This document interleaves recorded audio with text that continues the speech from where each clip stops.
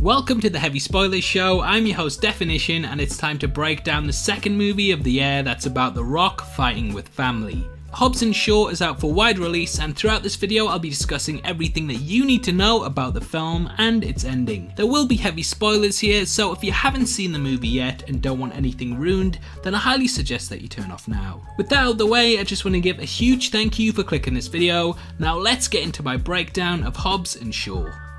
We follow Hobbs, a huge man who's able to rock bottom someone and lay the smackdown on anyone that doesn't know their role, and Shaw, a man who can kick the cap off the top of a bottle and is an inspiration for bald people who think that they look like him if they shave their heads.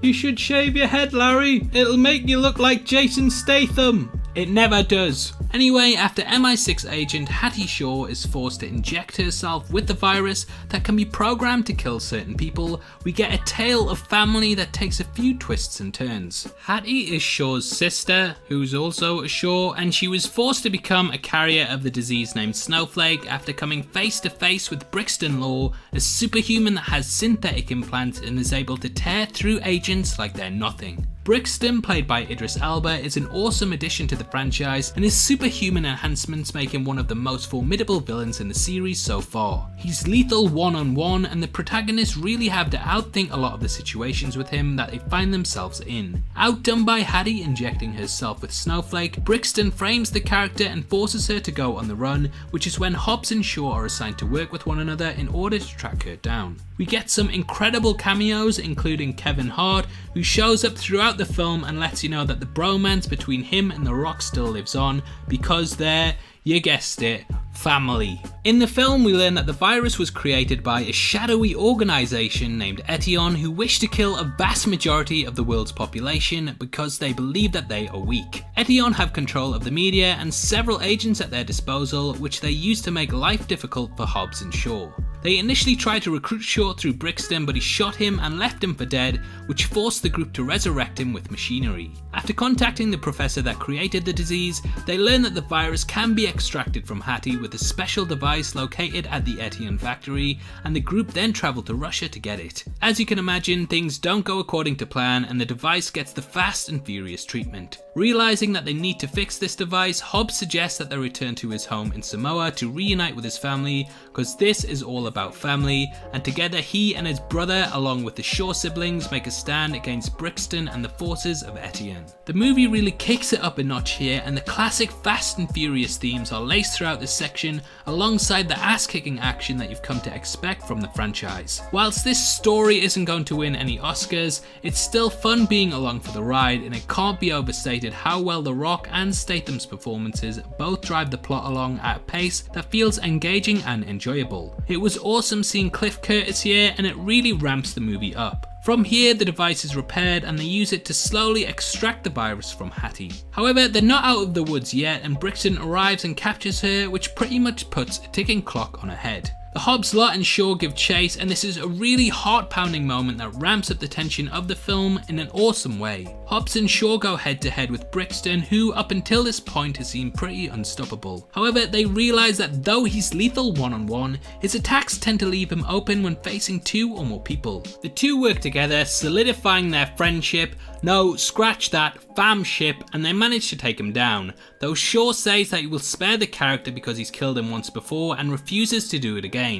It looks like everyone is going to get a happy ending until Brixton is decommissioned by the shadowy figure that's been behind Etienne this entire time. Whilst we never see who this is, he's clearly a voice from Hobbs' past, as he says, "You don't remember me, do you?" It also looks like he's got plans for the three as well, as he says they outperform their analytics, and I think that going forward, whoever this is could potentially capture one of the three and fit them with the same cybernetics that Brixton had, and thus they will be able to control the character, and potentially the characters could end up going head to head. Now, whilst we don't have a clear indicator of who exactly this is due to the voice distortion on it, I did some detective work, and after looking on IMDb, I saw that the voice actor was listed as Champ Nightingale. This is clearly a pseudonym, and a quick Google search of this name brings up a troll Amazon review that was written by by none other than Ryan Reynolds. Reynolds used the moniker to write a fake review on his own gin company, and the actor of course features earlier in the movie, so it would make sense for him to show up once more as the new big bad going forward. They will definitely want to keep him around, and I think it sort of ties the movie together really well.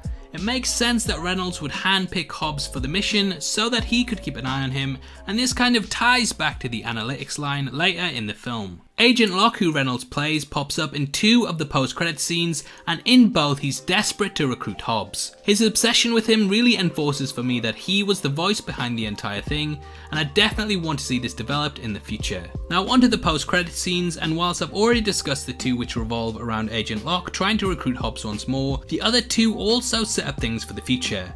Hobbs returns home to introduce his daughter to the rest of the family, and it seems like in future films they could be helping out once more, and the Shaws return to prison to bust their mother out of it. Clearly she will be in future films too, and it looks like we are due for a big Shaw family reunion in the next Fast and Furious film. And now onto my review.